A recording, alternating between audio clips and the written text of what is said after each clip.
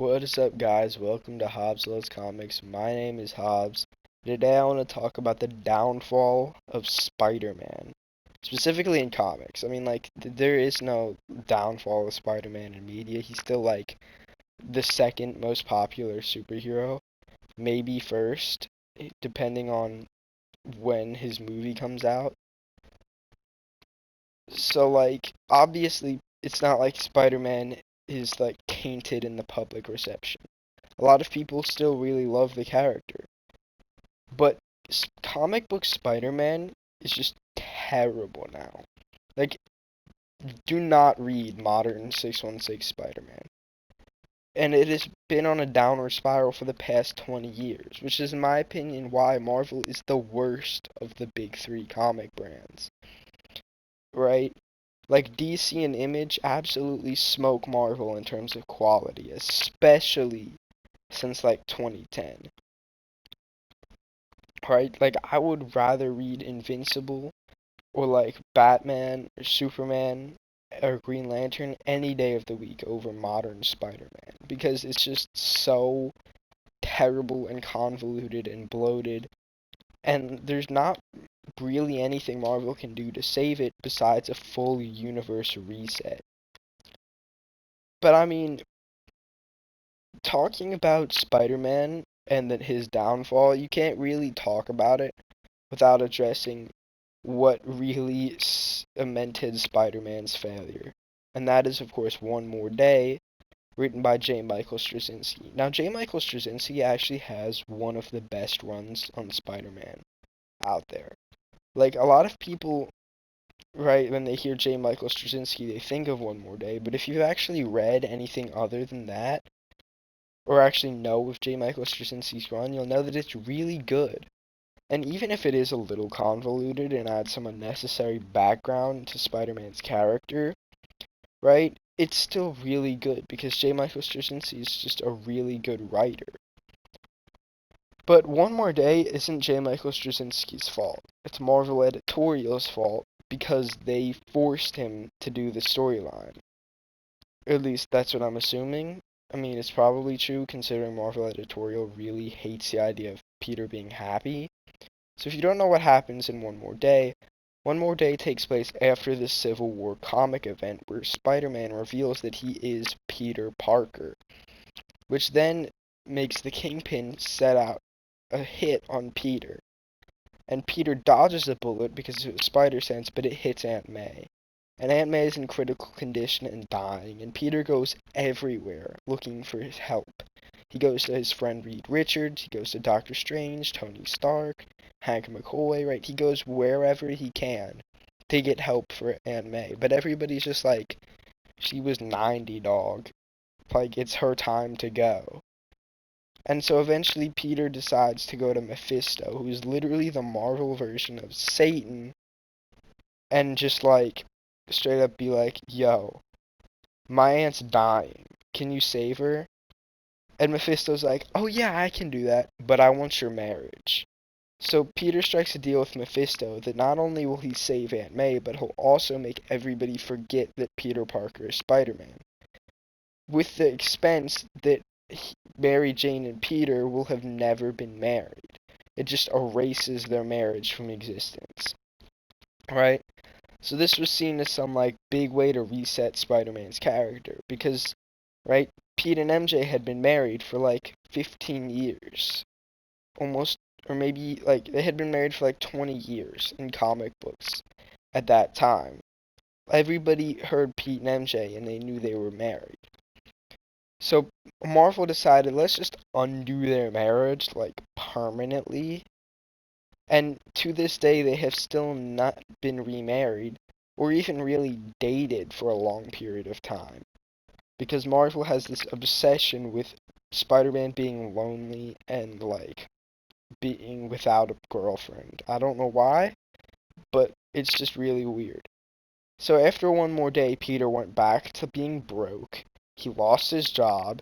He went back to living with Aunt May, and now he doesn't have a wife. So they basically reverted him to the character he was in 1962 when he was created. Except instead of being a 15-year-old that lives with his aunt, he's now 30 and living with his aunt. Actually, I think it was like 25 because Peter's only like 28 in continuity right now, which is kind of stupid, but whatever. And then they followed it up with probably the worst sequel of all time to one of the worst comic books of all time, Sins Past, which basically revealed that Gwen Stacy had an affair with Norman Osborn Green Goblin before she slept with Peter, and then had his children who became like creepy evil demon goblin clone, or not clone, like accelerated aging thingies, which is like so icky and disgusting. And then it's revealed that MJ knew and she was keeping it from Peter this whole time. Like, what? Why? Who thought this was a good idea? Like, who thought they were cooking up with this concept? Whoever it was, they were wrong. But anyway, the point is that, like, Spider-Man got absolutely butchered. And while he has had some good stories lately in mainline, mainly just Superior Spider-Man, his other good stories are pretty much just Elseworlds. Spider-Man, for the most part, is just stupid. Like, he's terribly written now. The character of Peter has been turned into an absolute numbskull who's, like, can't ever make good decisions. MJ got turned into Venom for some reason. Like, why? She's probably one of the worst characters to turn into Venom, like, ever. And the reason for turning into Venom was so stupid. Right, they resurrected mainline Gwen Stacy and turned her into, like, evil, dark Gwenpool, which, like, the concept of Gwenpool is already stupid, and having a dark Gwenpool is even more stupid. Right? And, like, Harry, I think he might be dead, or he might be back, and if he is back, he probably has superpowers. Norman Osborn's a good guy now, which is, like, if you're gonna redeem any character ever, it wouldn't be Norman Osborn. Like, this man is completely unredeemable. The things he's done to Peter and to, like, his own son Harry are so unforgivable. Like, you cannot redeem this man. Right? So he's good. He was Spider-Man for a little bit. And then, like, Ben Reilly was Spider-Man because he's still a character that exists because the Clone Saga still, like, right? It's just a mess. Spider-Man continuity is so, like, muddled and convoluted and awful. And it feels like every time a writer tries to get Pete and MJ back together and tries to turn Spider-Man back into who he was prior to One More Day, Marvel Editorial's just like, nah, you're an idiot. Fires them, or, like, forces them to stop doing what they're doing. And just, like, gives it back to a writer that will just listen to Marvel Editorial and not let Pete and MJ get back together and keep Spider-Man the same character he was in, like, 1965, but even more stupid because now he's like 27. Right?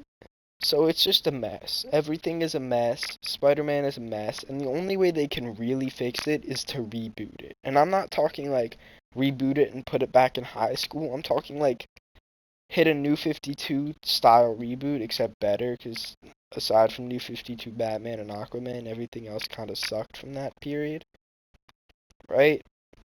It hit a reboot, and don't show us, like, high school Spider-Man, show us, like, college level Spider-Man, right? He's been Spider-Man for, like, 4 or 5 years, and then have him dating Gwen. Maybe Gwen's already dead, have him dating MJ.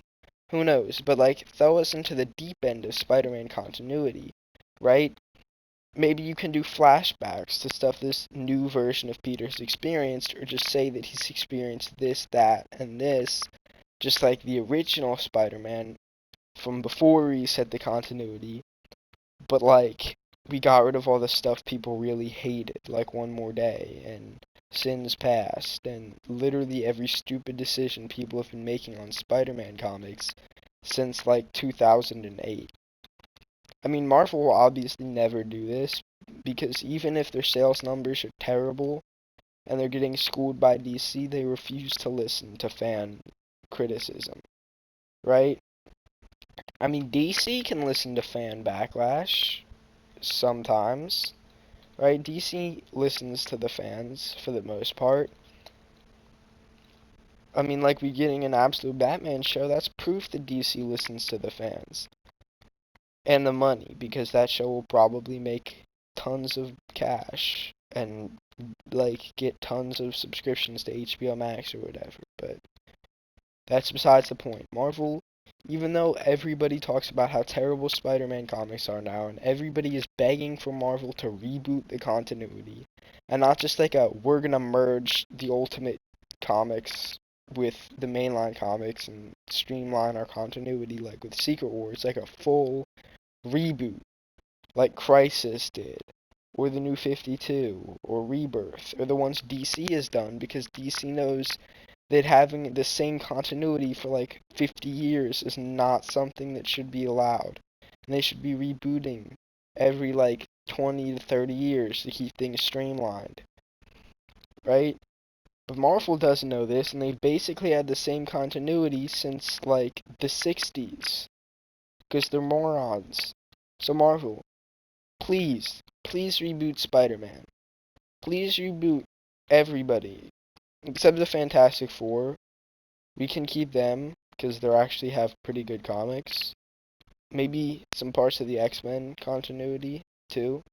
But like everybody else, just reboot it. Your sales numbers are in the toilet, just reboot it.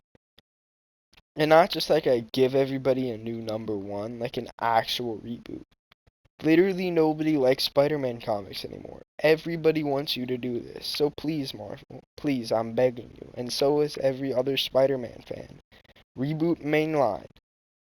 Or just like uncancel the Ultimate Universe. Because for some reason Marvel took the best chance they had at getting consistent new readers with their new Ultimate Universe and canned it after like 2 years.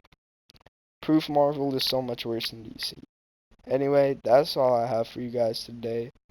Make sure to like and subscribe to the video if you enjoyed, and go watch my other videos. Alright, bye.